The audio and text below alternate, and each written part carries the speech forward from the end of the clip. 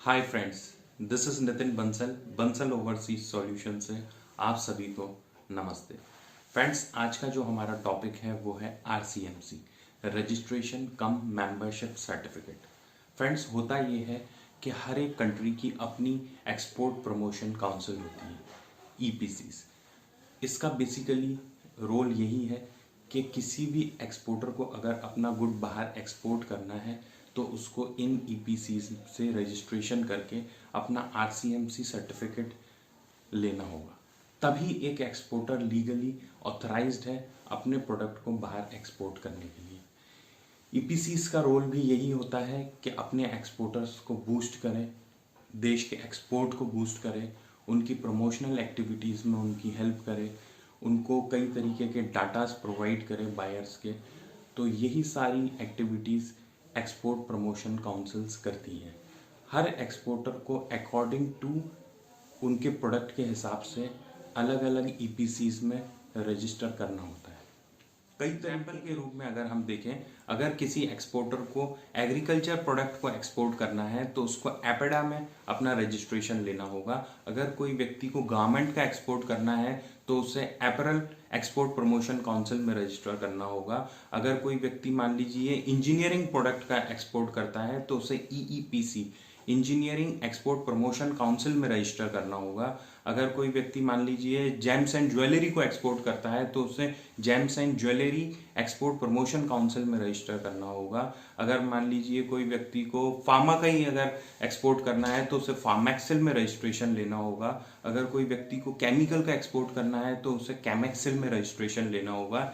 इसी के अलावा गवर्नमेंट ने कई बोर्ड्स भी बनाए हैं, जैसे अगर कोई एक्सपोर्टर को टी का एक्सपोर्ट करना है तो उसे टी बोर्ड में रजिस्ट्रेशन लेना होगा। अगर कोई स्पाइसेस का एक्सपोर्ट करता है तो उसे स्पाइस बोर्ड में रजिस्ट्रेशन करना होगा।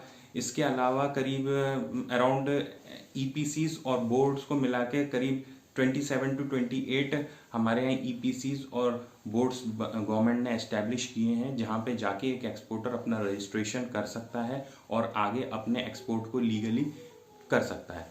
इसके साथ ही करीब मैं समझता हूँ 5 to 8,000 एक आरसीएमसी को रजिस्टर करने की फीस है, जिसकी वैलिडिटी 3 to 5 ईयर्स तक रहती है। उसके बाद अगेन आपको उसको रिन्यू करना होता है। अब ये क्वेश्चन अराइज करता है कि आखिर हमको आरसीएमसी रिक्वायर्ड क्यों है।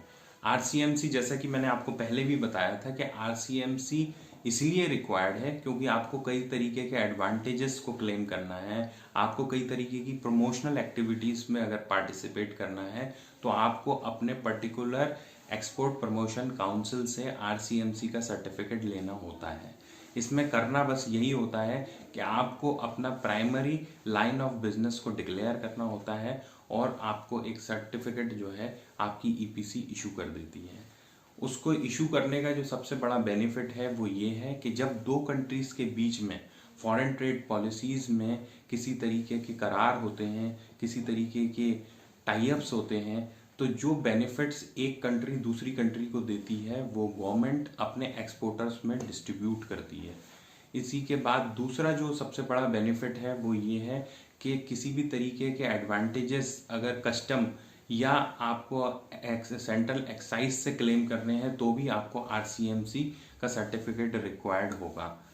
तीसरा जो सबसे बड़ा बेनिफिट है वो ये है कि कई बार गवर्नमेंट कई प्रोडक्ट्स को रिस्ट्रिक्ट कर देती है और जब वो ये रिस्ट्रिक्शन हटाती है तो जब आप उन प्रोडक्ट्स को एक्सपोर्ट करते हो तो आपको उस समय भी एक आरसीएमसी सर्टिफिकेट की आवश्यकता होती है। उसके बिना आप एक्सपोर्ट। आपके माइंड में एक क्वेश्चन आ रहा होगा कि आखिर हम आरसीएमसी के लिए अप्लाई कैसे करें। तो मैं आपको बता दूं फ्रेंड्स कि आपको अपनी एक्सपोर्ट प्रमोशन काउंसिल में एक फॉर्म आता है ANF2C। इस फॉर्म को लेके कुछ डॉक्यूमेंट्स अटैच करके जो रिक्वायर्ड डॉक्यूमेंट्स होते हैं प्लस उसके साथ में जो उसकी फीस होती है आपकी एक्सपोर्ट प्रमोशन काउंसिल की, उसको वहाँ सबमिट करना है और आपको आपकी एक्सपोर्ट प्रमोशन काउंसिल उसके बदले में आरसीएमसी निकाल के दे देती है। ये तो मैंने आपको बताया था कि एक मर्चेंट एक्सपोर्टर को इस तरीके से करना है, बट अगर मान लीजिए कि आप एक मैन्युफैक्चरर एक्सपोर्टर हैं तो आपको इसी ANF2C फॉर्म के साथ अपने कुछ रिक्वायर्ड डॉक्यूमेंट्स प्लस कुछ फीस और साथ में अपनी मैन्युफैक्चरिंग यूनिट के कुछ पर्टिकुलर डॉक्यूमेंट्स अटैच करके आपको अपनी एक्सपोर्ट प्रमोशन काउंसिल में सबमिट करना होगा और फिर आपको आपकी एक्सपोर्ट प्रमोशन काउंसिल आरसीएमसी का सर्टिफिकेट इशू कर देगी। So friends, this is all about RCMC. उम्मीद है कि आपको ये टॉपिक बहुत अच्छा लगा होगा। अगर आपको ये टॉपिक अच्छा लगा हो तो प्लीज़ लाइक कीजिए, सब्सक्राइब कीजिए, कमेंट कीजिए, ताकि मुझे भी मोटिवेशन मिले और इसी तरीके के एक्सपोर्ट इंपोर्ट रिलेटेड टॉपिक्स मैं आपके लिए बना के लाता रहूं।